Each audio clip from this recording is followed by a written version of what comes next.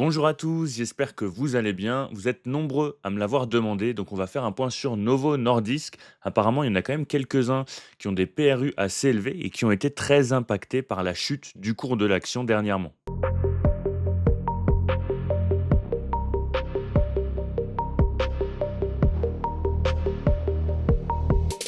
C'est une action qui a perdu quasiment 50% depuis son point le plus haut, donc 50% de sa valeur. Il y a des éléments qui expliquent cette chute, on va les expliquer dans cette vidéo, et on va essayer de définir si elle reste toujours une action de qualité ou non. Je suis curieux de savoir si c'est une action qui vous intéresse, hein, parce qu'à l'heure actuelle, elle ne fait pas forcément l'unanimité. Est-ce que vous êtes investi dessus? Et si vous êtes investi dessus, je suis aussi curieux d'avoir votre PRU pour savoir à peu près où se situent les gens qui sont investis sur la boîte. On fera aussi un point sur l'analyse technique, évidemment. Lundi, on a eu une nouvelle impulsion baissière, on a perdu quasiment 8%, on s'est un petit peu repris depuis. Il faut prendre en compte que c'est un secteur complexe. Donc Novo Nordisk, c'est un des leaders avec Eli Lilly du secteur de l'insuline et des traitements pour l'obésité.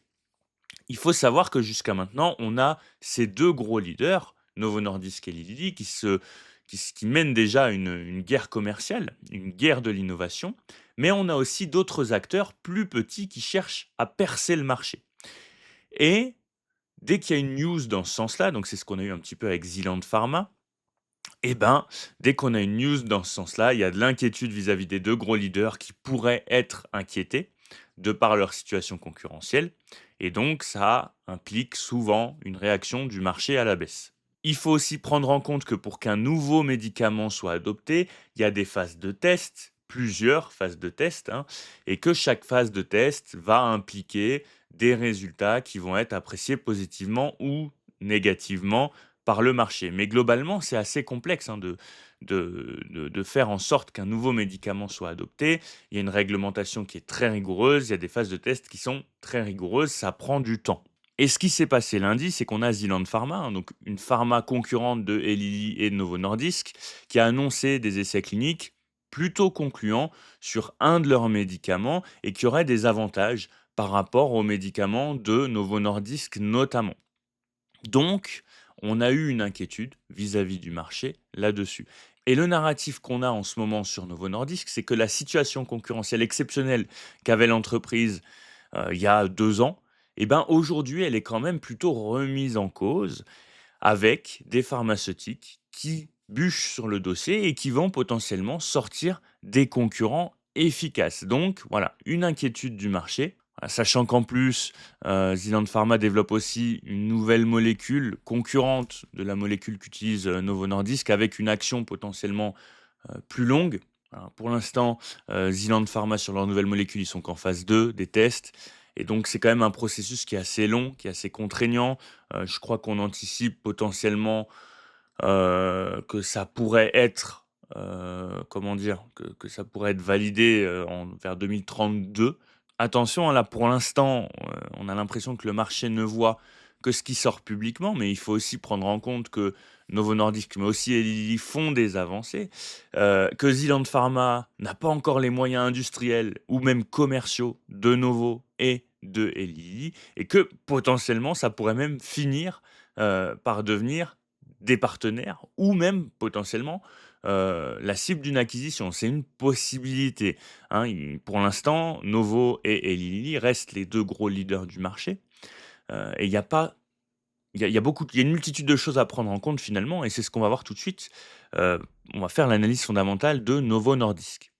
Donc en termes de position concurrentielle, le concurrent principal de Novo Nordisk, c'est Eli Lilly et il y a une vraie bataille, une bataille qui est assez intense, surtout sur les traitements de l'obésité et du diabète, les traitements combinés, vis-à-vis de ces 2 pathologies. Maintenant, on est quand même sur une boîte qui a des avantages concurrentiels. Elle a un portefeuille de produits qui est très solide, avec des médicaments qui sont déjà leaders dans leur catégorie.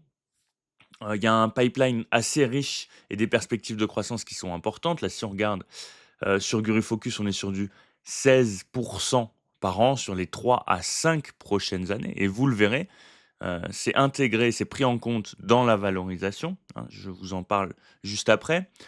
C'est une boîte qui a une capacité à fixer des prix assez élevés, donc un pricing power important, grâce notamment à un positionnement qui va être plutôt quand même premium. Il y a une gestion qui est assez rigoureuse des coûts, vous le verrez. On est sur une boîte qui a quand même une bonne, santé financière, et on a des marges opérationnelles qui sont quand même supérieures à 40, des marges brutes de 85. Je ne sais pas si vous vous rendez quand même compte. On a aussi un très bon FCF margin à hauteur de 24. Donc on est quand même sur des valeurs qui montrent qu'en termes de position concurrentielle, Novo Nordisk est fort parce qu'ils arrivent aussi à augmenter leurs marges. Si on regarde les marges nettes, vous allez voir qu'elles sont plutôt en croissance, hein. Et donc ça, c'est aussi un indicateur qui nous montre que, hop, la société globalement, hein, si on regarde sur les 5 dernières années, eh ben, a une bonne position concurrentielle. Elle arrive à augmenter ses marges. Donc si on regarde maintenant, bon, en termes de rentabilité, il n'y a pas grand-chose à dire. On a une très, très bonne rentabilité, on a une croissance assez exceptionnelle. Maintenant, il faut quand même prendre en compte que cette croissance-là, une fois qu'elle sera arrivée à maturité, elle sera difficile à maintenir, ce qui n'est pas encore le cas. Si on regarde un petit peu le cash to debt, vous voyez que la dette de Novo Nordisk a très largement augmenté. Elle a fait quasiment x4, x5. Ça s'explique par un rachat massif de capacité de production, hein, une capacité que n'a pas, par exemple, Zealand Pharma, et je vous en reparle juste après. Donc, notamment aux États-Unis et en Europe, pour répondre donc à cette demande finalement qui est assez importante de Wegovy et d'Ozempic, qui sont les 2 médicaments phares de, de Novo Nordisk. En parallèle, hein, de ces investissements qui ont été donc très largement financés par la dette, vous voyez que le cash n'a pas forcément beaucoup bougé, et ben Novo a augmenté très fortement ses dépenses en recherche clinique et notamment sur les traitements combinés, ce qu'on appelle multi-agonistes, et c'est un petit peu ce que propose notamment Zealand Pharma. Et pour tout ce qui va être prochaine génération de traitements métaboliques et cardiovasculaires, hein. Pour le coup, ils ont choisi de financer ces dépenses, avec, des levées de dette, hein, et ça se voit, notamment à taux fixe, hem, donc verrouillé hem, avant la montée des taux notamment, ce qui reste quand même plutôt malin sur, le long terme, même si, là les taux sont plutôt en train de baisser. En parallèle de ça, ils ont continué leur programme de rachat d'actions qui a été aussi en partie, financé par la dette, parce que la direction a estimé que, leur croissance future, eh ben, elle justifie ce levier financier. Donc ça aussi, même si la direction est rassurante, ça aussi, c'est une inquiétude tout de même pour le marché parce que jusqu'à maintenant, on avait une situation financière qui est extrêmement safe. Ça ne veut pas dire que là, on a une situation qui est pas safe, mais en tout cas, c'est vrai qu'on a très largement augmenté notre endettement pour faire face à la demande. Donc voilà, globalement, on pourrait aussi parler du dividende, hein, parce qu'on a un payout qui a augmenté, heu, entre 2023 et 2024 et on se retrouve avec un payout à 44. Pour moi, mon avis, c'est qu'il ne faudrait pas aller plus haut, surtout, au vu des investissements qu'il y a à faire sur l'entreprise. Personnellement, je préfère qu'on ralentisse la croissance du dividende, mais que la part du cash qui est allouée au dividende, elle diminue un petit peu et que le payout diminue aussi. Pour moi 44, c'est c'est faut pas aller plus haut, quoi. Si on regarde la rentabilité des capitaux investis, elle a diminué, mais c'est plutôt normal, hein. Grosse innovation, et puis une normalisation. Là, c'est ce qu'on est en train de vivre, c'est une normalisation. Donc rien d'inquiétant non plus, mais on va arriver sur, des choses un peu plus normales. On était sur de l'exceptionnel jusqu'à maintenant, à moins qu'ils nous sortent une nouvelle dinguerie. Mais pour l'instant, on est plus sur de la normalisation. Donc pour moi, il y a rien d'inquiétant. Si on regarde la valorisation, on a un PEG à 1, ce qui est tout à fait raisonnable, hein. S'ils arrivent à maintenir leur perspective de croissance et leur guidance, je trouve qu'avec un PEG de 1, on est tout à fait raisonnable. On a un forward à 20, sachant que pour 2028, on a un forward à 12. Heu, donc pour moi, c'est correct. Maintenant, c'est mon avis personnel, sachant que, quand on était sur les plus hauts, on avait un forward à 24. pour 2028, donc le double, hein, finalement. Donc on est quand même revenu là sur des valeurs, beaucoup plus raisonnables pour Novo Nordisk. Heu, donc voilà, là ça devient beaucoup plus rationnel, ça devient beaucoup plus rationnel. Heu, on n'est plus dans l'excès qu'on a pu connaître, heu, effectivement sur Novo Nordisk. Heu, J'en ai entendu qui parlaient de jouets cassés, pour l'action. Alors personnellement, je trouve que c'est plutôt un retour à la normale, si vous voulez mon avis. Quand on y réfléchit bien, cette augmentation de la dette, elle répond à des risques qui étaient en surveillance, notamment la pression sur la chaîne d'approvisionnement, hein, due, à la demande plus forte que la production. Donc il y avait plus de demandes que de capacité de production pour Novo Nordisk. Il y a aussi un risque réglementaire qui est à prendre en compte, notamment aux États-Unis, avec des discussions sur les prix des médicaments. Et il y a une grosse partie de la croissance à l'heure actuelle qui repose sur le Wegovy. Donc c'est pour ça que l'entreprise essaye aussi de se diversifier. C'est pour ça qu'elle investit massivement, dans l'investissement, dans la recherche et dans le développement, parce qu'ils veulent pas devenir dépendants finalement à un seul produit. Ils veulent pas devenir monoproduits, ce qui est tout à fait logique, hein, finalement. Donc on voit quand même que, l'entreprise essaye de répondre aux risques qui sont présents sur le marché. On se retrouve sur Zone Bourse pour faire un petit point, vis-à-vis du consensus des analystes.